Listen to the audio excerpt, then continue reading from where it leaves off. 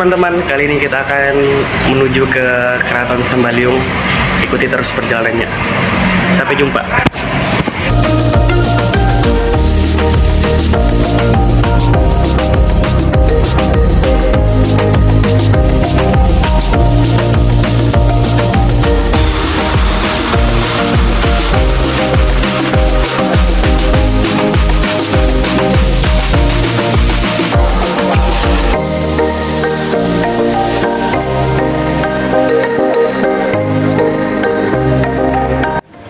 Teman-teman, assalamualaikum warahmatullahi wabarakatuh.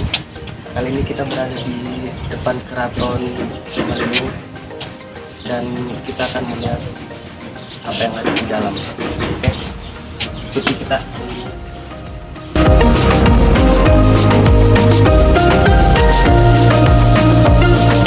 Sejarah berdirinya Kesultanan Sambaliung.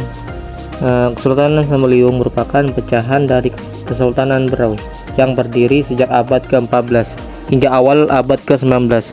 Pada 1810, Kesultanan Berau dipecah menjadi dua, yaitu Kesultanan Gunung Tawur dan Kesultanan Sambaliung. Hal ini disebabkan oleh politik divide empire atau adu domba yang dilakukan oleh Belanda.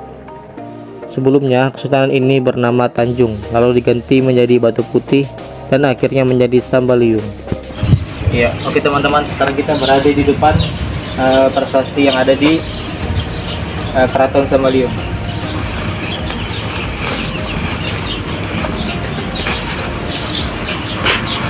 Salah satu peninggalan Kesultanan Sambaliung adalah Keraton Sambaliung, yang saat ini menjadi objek wisata di kawasan Sambaliung, tepatnya di tepi Sungai Kelai. Saat ini bangunan itu dijadikan museum yang menyimpan peninggalan sejarah Kesultanan Sambaliung. Nah, teman-teman, di sini ada tergantung terjemahan dari prasasti ini. Salah satu peninggalan Kesultanan Sambaliung berupa tiang dari kayu ulin dengan ukiran aksara Bugis yang terletak di depan museum. Benda itu merupakan peninggalan pengikut kerajaan yang berasal dari suku Bugis. Ukiran itu berisi aturan untuk rakyat yang hendak melewati istana. Nah, di Tugu 1, kok bisa sih ada tulisan Bugis? Sedangkan Kesultanan Sambaliung adalah salah satu kerajaan Berau. Nah, jadi memang Kesultanan Sambaliung sejak zaman kerajaan Berau dulu, pada saat itu ada hubungan diplomatik, hubungan persahabatan dengan kerajaan di Sulawesi.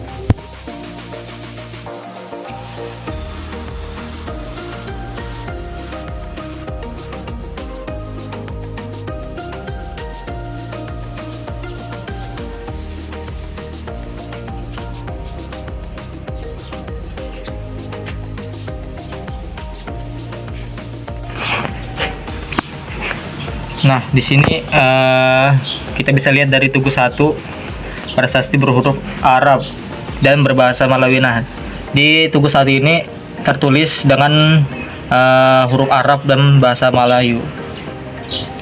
Jika Sultan ada duduk di muka rumah atau di muka lawang sakaping, maka siapa-siapa mau melewati, maka itu orang duduk dulu tidak boleh melewati.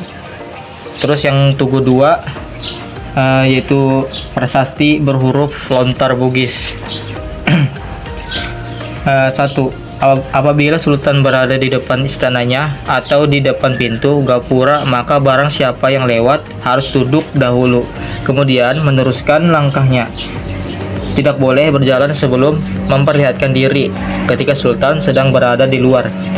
Demikianlah menurut aturan adat. Yang kedua, tidak boleh berselisih dalam wilayah istana meskipun ada perkara yang dipertentangkan. Terus yang ketiga, tidak diperkenankan tertawa saat memandang ke istana. Dilarang pula orang duduk di jalan depan istana, tetapi di samping istana diperbolehkan duduk. Terus yang keempat, duduk boleh melihat ke istana. Tidak boleh melihat ke istana Sultan apabila tidak ada hal yang sebaiknya dilihat. Terus yang kelima, jangan menutup atau memotong arah jalan perempuan di tengah jalan meskipun di pandanganmu adalah seorang budak. Kalian para lelaki menepilah sedikit, jika perlu turunlah dari jalanan. Apabila ada perempuan bersama dengan ibunya yang kamu lihat turun dari rumah. Terus yang keenam, menuju jalanan, maka laki-laki berhenti dahulu dan jangan langsung memotong arah jalannya. Terus yang ketujuh, bagi siapa saja yang tidak melaksanakan atau mengabaikan, maka ia meninggalkan peraturan yang ditetapkan oleh Peta Sultan Mapata Keraton Sambaliung.